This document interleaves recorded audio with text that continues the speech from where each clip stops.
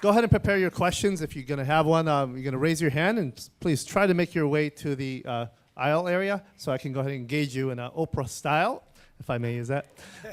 In the meantime, I'll go ahead and engage a question that I have. Dr. Gomberg,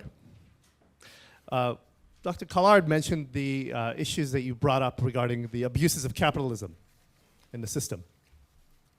However, if he would mention, which he did, the problems of Stalinism, what Stalin did, the problems of Ceausescu in Romania, the starving of people, and the massacre of 50 million, of course, in the USSR, you would say that's not proper communism. They were not applying the principles correctly. Then is it fair, then what you're talking about the abuses of capitalism, that itself is not capitalism in that sense? How would you deal with that type of objection? I think it's important for everybody in this room to understand that my attitude toward the experience of the Soviet Union is one of that it was primarily a progressive development. So if we got to a discussion of the Soviet Union under the leadership of Joseph Stalin, which Khaldoun alluded to, I would argue that under Stalin's leadership, the Soviet Union played a progressive role in human history. I do not believe that factually, that the idea that the Soviet government was responsible for killing 50 million Soviet citizens, I don't think the evidence supports that. I think that when you get into talking about Soviet history, you have to engage what the actual evidence is. I will say this is a long discussion, that the standards of scholarship within American universities in particular, when it comes to Soviet studies, are the lowest standards of scholarship for any discipline whatsoever. That is, what they accept as evidence within Soviet studies would not be accepted as valid evidence within any other historical discipline. With any other historical discipline, there would be this huge skepticism regarding demanding documentary kind of proof. And in the case of the Soviet Union, they don't have that same standard. So I'm very skeptical, which is not to say I'm not critical of many of the things that occurred in the Soviet Union under Stalin's leadership. It just means that the standard narrative about what happened about Stalin, I think, is mostly not true and not supported by evidence.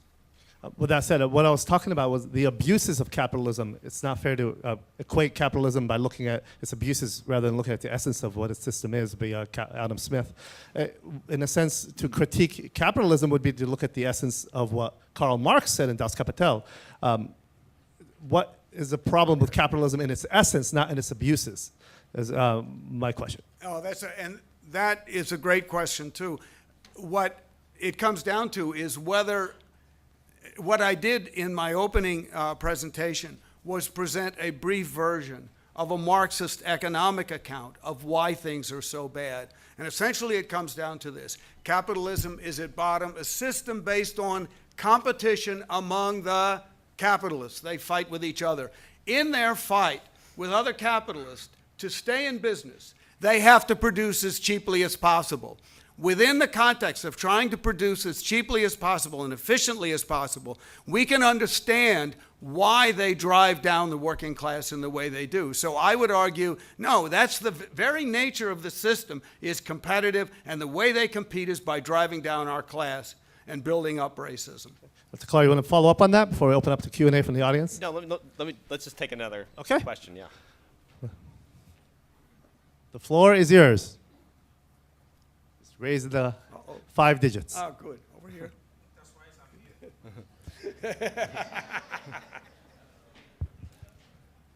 Thank you, gentlemen. I've listened to your presentation, and it's quite impressive. My question to you two gentlemen is this. Looking at the way United States is regulating social politics here in the country, how do you see U.S. in the next 20 years to come? That is 2022, effective from today. In 20 years' time, how do you see United States? Is it going to be leaning towards capitalism, mixed economy, or communism? No, either way is fine. You first. Okay. I forgot I had a microphone. So you're asking for a prediction, right? Yeah, not what I want, but what I think will happen. I think we're going to come out of this recession. It may take a long time. It may take longer than we want. It's important to, again, contrast the recessions that the United States has undergone repeatedly throughout its history with a country. Paul has distanced himself from the various countries that are often considered communist, but they don't have recessions because they didn't really have they didn't have a thriving economy to begin with for it to recess from. But in any event, I think we're going to get through this recession, and my guess is that we're not going to have a substantially different. We're not going to become communist. I doubt we're also going to become more hardline capitalist. I also think that's to the good. That is, I think we have a lot of work to do in this country. We have a ton of problems, and it's part of what I want to say tonight is that recognizing that there are problems, even really serious problems, is consistent with thinking that capitalism, the structure that, again, everybody from President Obama on down accepts, those two things are consistent. In fact, they're more than consistent. We're not really going to make the progress that we need to make without a thriving free market, regulated by government and so on. But anyway, I hope that was an answer. Yeah. After letting Ben go first, I guess I'm ready to take a stab at trying to answer. You're really asking what kind of economic system we would have. And I would say that as things now stand, capitalism will continue to unfold in the way it has. What it's been in my lifetime, and I was a baby during World War II, was constant wars. I think there will be constant wars. The real question is this. The capitalist world has been able to avoid the kind of worldwide conflagration that occurred twice in the 20th century. It's been able to avoid that now for 65 years, more than 65 years. The question is, can it avoid world war forever? My estimate is no.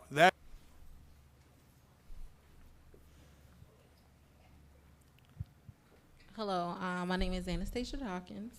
My question is, there are people, millions or thousands of people that are part of the working poor. You justify capitalism. Do you feel that they are a product of the structure of capitalism? Why or why not? Is to turn the next world war among the capitalists into the last by organizing the working class to overthrow disagree, capitalism but all over the world. One thing that we need to get clear about when we're assessing, that is, the point of this debate is to figure out which of these two economic systems is better, right? And when we say better, we have to sort of say, what are the ground rules? Better compared to what? The two things that I'm comparing capitalism to are how capitalist societies were in the past and how non-capitalist societies, communist societies, have been both in the past and in the present. That seems to me to be the relevant measure. Now, by those measures, everybody in the United States is doing very, very well, and I gave some of the specifics before. That leaves us with the fact that there are many people in the United States who are poor by our standards, and that's real poverty, and that's something we need to solve. And again, the debates between liberals and conservatives about what sort of, for example, what kind of tax structure we should have. Should we have a progressive tax structure or not? What sorts of things should the government be doing to alleviate poverty? Those are, again, those are real sort of substantive disagreements that reasonable people disagree about.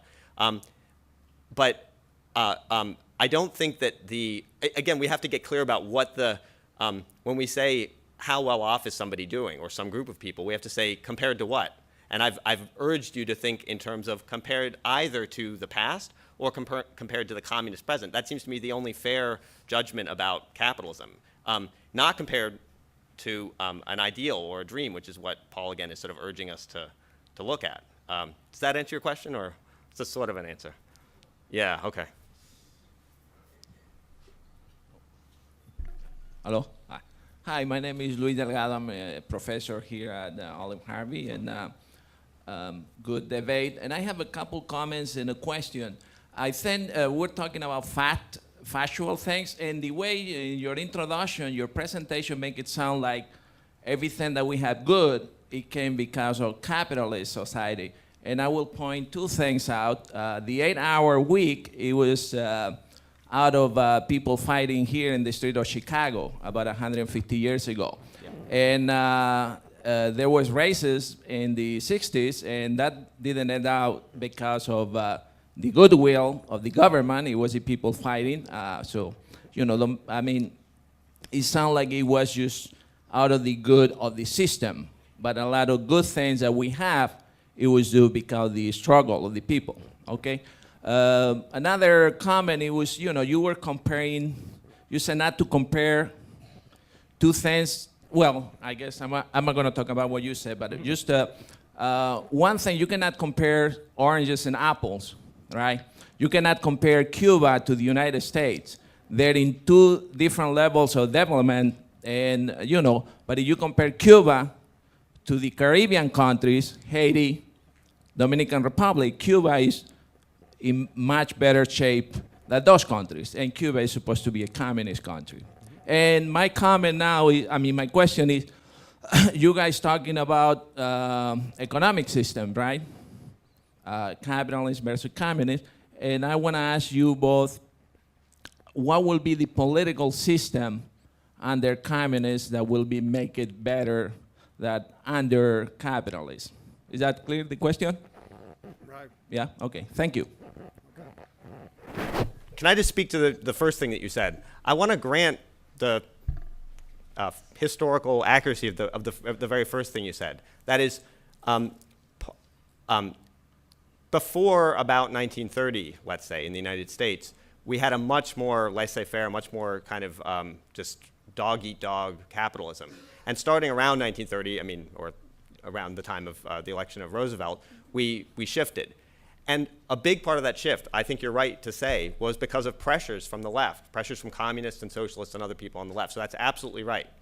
Now, it doesn't follow from the fact that we improved our capitalist system because of pressures from the left that we ought to accept the system that the people on the left were actually advocating, the kind that Paul is pushing here. So I want to grant your factual claim, but say it does, what you might think follows from it doesn't actually follow from it. That is, I think we should be, so to speak, grateful to communists for pushing hard on capitalism in the 20s and 30s to get it to be more humane, to have a safety net and all the rest of that. Those were all serious improvements. But that doesn't mean that we should be communists. That means that we should be capitalists that are capitalists tempered in the way that, again, every Democrat accepts they ought to be tempered, and every Republican for that matter. So again, I want to concede a historical point to you, but I'm not sure about what follows from that. Paul, did you want to speak to the other thing that he?